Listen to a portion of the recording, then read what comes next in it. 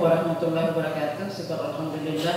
Sebenarnya mestinya bukan saya, ada beliau yang lebih paham soal ini. Tapi kalian polema ya kapan dia jadi yang persilahkan pertama. Dan saya pikir pertanyaan pertama saya juga sama Lindawati soal judul itu. Apa nasa enggak kemajuan kebudayaan secara keseluruhan? Mau ya keseluruhan tuh kayak tapi sih cukup lebih baik saya kira orang yang lebih paham soal itu dari sini. Ya yang terhormat Tumalabita ya Nasan, nggak usah saya sebutkan satu-satu. Yang hadir di sini berapa banget memandang gimana tapus itu mesa-mesa. Dan saya mohon izin langsung saja pada undang-undang pemajuan kebudayaan supaya Anda itu malah tahu ya. Kalau kita lihat undang-undang pemajuan kebudayaan itu saya kira juga sudah dipaham semua. Pak Nasri tadi dong ketemu teori ini apa saya ketemu itu. Cuma usulan-usulan konkret saja yang berkaitan itu. Kalau kita lihat ada 10 ya. Menurut Undang-Undang Nomor 5 Tahun 2017 dan saya hanya akan membincang sebagian itu. Kalau saya melihat objek pemajuan kebudayaan, contoh saja misalnya Kuala Mandar, PPKD-nya itu yang paling persentasenya kecil itu adalah bahasa. Kita sudah berteriak soal bahasa ini dari 2011 sampai ke sini, tapi sampai hari ini kita tidak belum menemukan konkretnya seperti apa untuk menyelamatkan itu. Dari 10 itu sebenarnya posisi bahasa ini di poin 8. Kalau kita lihat di Undang-Undang Pemajuan Kebudayaan itu posisi 8. Tapi kenapa saya start dari sini? Karena ketika bahasa itu punah, maka saya kira seluruh unsur itu akan ikut pelan-pelan habis. Yang kedua manuskrip tadi, poinnya ini saya lihat sekitar 0,5%. Ya, tidak sampai malah manuskrip juga begitu. Jadi saya ambil contoh saja Kuala Mandar ya, karena saya tidak sempat membuka karena 2 hari yang lalu kalau tidak salah saya ditelepon. Jadi saya belum sempat, kemarin saya ada di Majene, jadi saya belum sempat ini. Kalau kita, saya tidak ingin membahas lagi posisinya di mana, karena ini sudah sering dibincang. Posisinya itu aman terancam punah. Kenapa disebut aman terancam? Bahasa Mandar ini di rumah tangga. Karena dalam satu penelitian itu tinggal 26% orang yang menggunakan bahasa Mandar di dalam lingkup rumah tangga. Yang kedua, perlu penyemaian. Ini yang perlu saya kira, menyemai secara pelan-pelan karakter yang berkaitan dengan bahasa ini, bahasa dan sastra.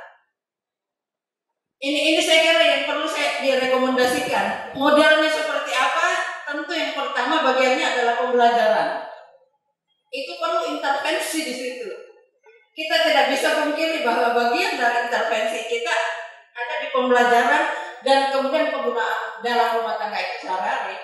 Penyemaian itu ada di situ. Kemudian penggunaan. Jadi saya konkret saja ya, saya tidak perlu penggunaan bahasa Mandar ini di fasilitas umum.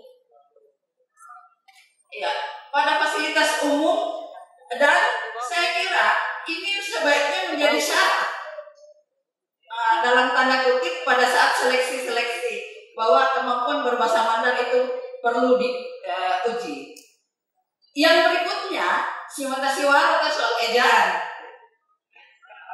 Mengapa ya? Karena tidak pembakuan itu sudah tahun 2000 berapa. Dan rekomendasi saya adalah Kongres Bahasa Mandar Prof. Saya kira ini Kongres Bahasa Mandar untuk pembakuan itu sangat di Siwaroi tanung lo.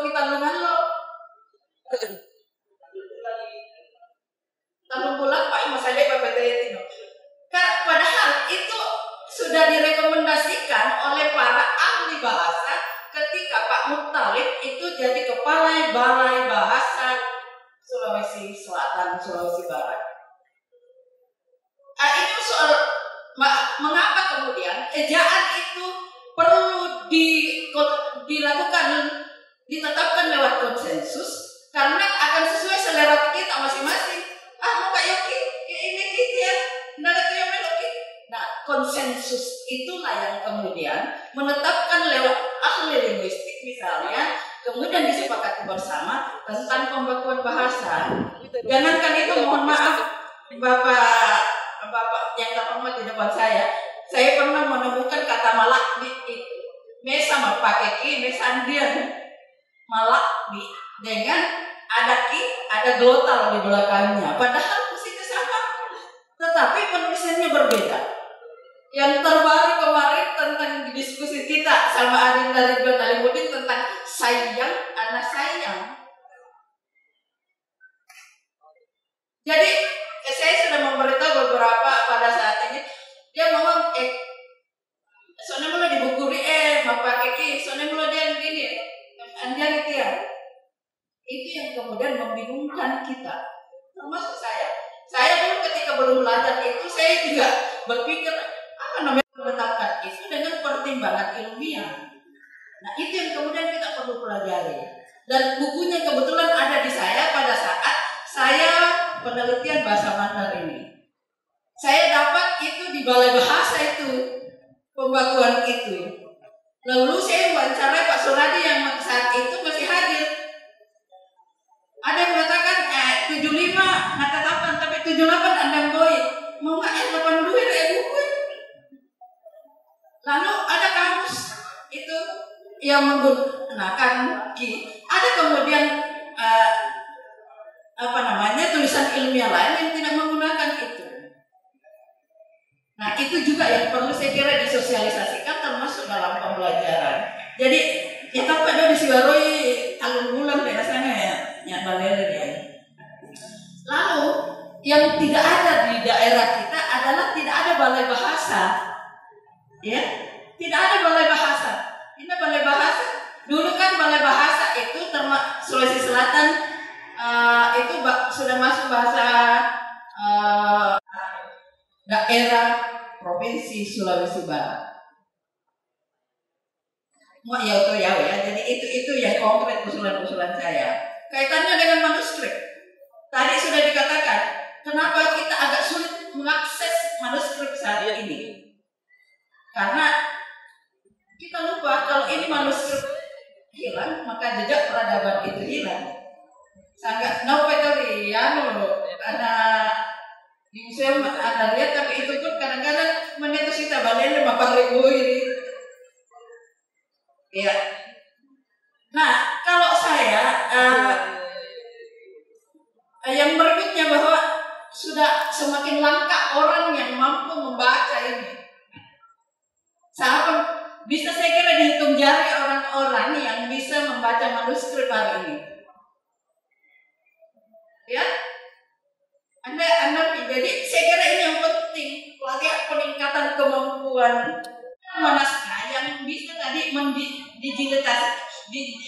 digitalisasi untuk konservasi perlindungan naskah sesuai dengan standar manajemennya perlindungan itu.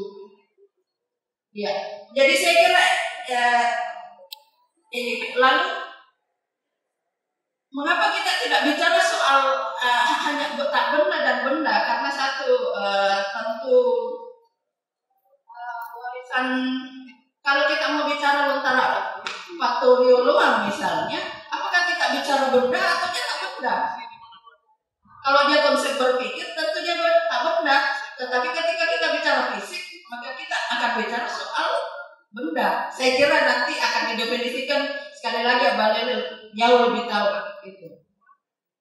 Apakah dia tangible heritage atau intangible heritage? Apakah dia benda atau dia tak benda? Jadi saya kira perlu pengusulan lontara faktoriologi ini sebagai warisan budaya dunia. Ya, tadi kalau yang terhormat Pak Usman Surya, Pak Wakil mengatakan bahwa misalnya Ikausen, naskah Ikausen itu, ini lontara faktoriologi juga saya kira penting. Ya, saya kira Prof lebih paham soal ini. Nah, museum ini perlu sudah ada di bagian ini, tapi saya kira perlu lagi dilengkapi dengan tata kelola yang baik. Dan termasuk menyiapkan sumber dayanya untuk tata kelola, dan tata kelola itu berkaitan dengan museum Amanda. Jadi, ya kalau seni saya kira ya lanjut pendataan jenis kesenian dan sastra Mandar, kemudian perlindungan terhadap pelaku-pelaku seni dan sastra itu juga perlu direkomendasikan untuk dimasukkan ke situ. Lalu situs penataan ulang, perlindungan dan pengelolaan manajemen situs, lalu menyiapkan tenaga khusus untuk memelihara setiap situs itu juga penting. Kadang-kadang ada situs dan dia mau piara, boleh dorai dari setengah dari itu lihat ya, anda